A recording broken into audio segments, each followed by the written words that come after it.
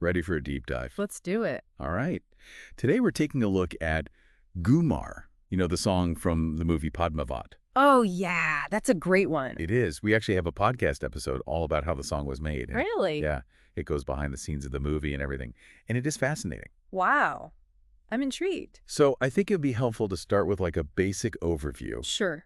What exactly is Ghoomar? I mean, we all know the song, Right. but is it also a dance? So it's actually both. Ghoomar is the name of a traditional folk dance from Rajasthan, Yeah. but it's also obviously this hugely popular song from Padmaavat.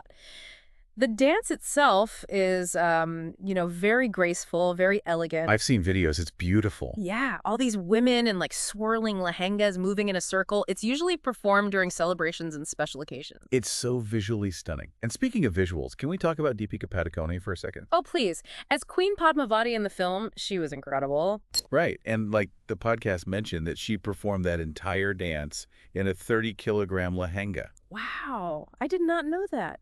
30 kilos. That's what they said. That's some serious dedication. It really is. Just imagine moving with that grace and precision while carrying that much weight. It must have been so demanding. I can't even imagine. It really makes you appreciate her performance even more. And the choreography, it's so intricate. Oh, We yeah. mentioned the choreographers in the podcast, Kriti Mahesh and Jyothi D. Tamar. I know them. They're really good. Yeah. They really worked hard to make sure every step was authentic to the tradition. Yeah, that's so important, especially when you're showcasing something like Ghoomar with so much cultural significance to a global audience. It shows respect. Yeah, totally. And you know what's interesting? What? The podcast mentioned that Deepika actually got injured while filming. Oh, no. Yeah. But she, pushed through and kept performing. Wow. I know. Talk about dedication. Seriously, you don't always see that kind of commitment, like all the stuff behind the scenes. Absolutely.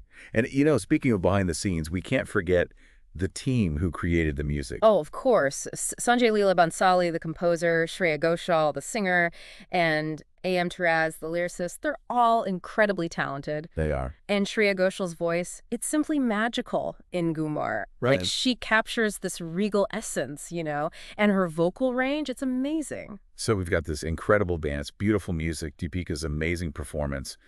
But Ghoomar, it's more than just entertainment. Right. It's a representation of our culture, our heritage. Absolutely. Ghoomar is a powerful symbol.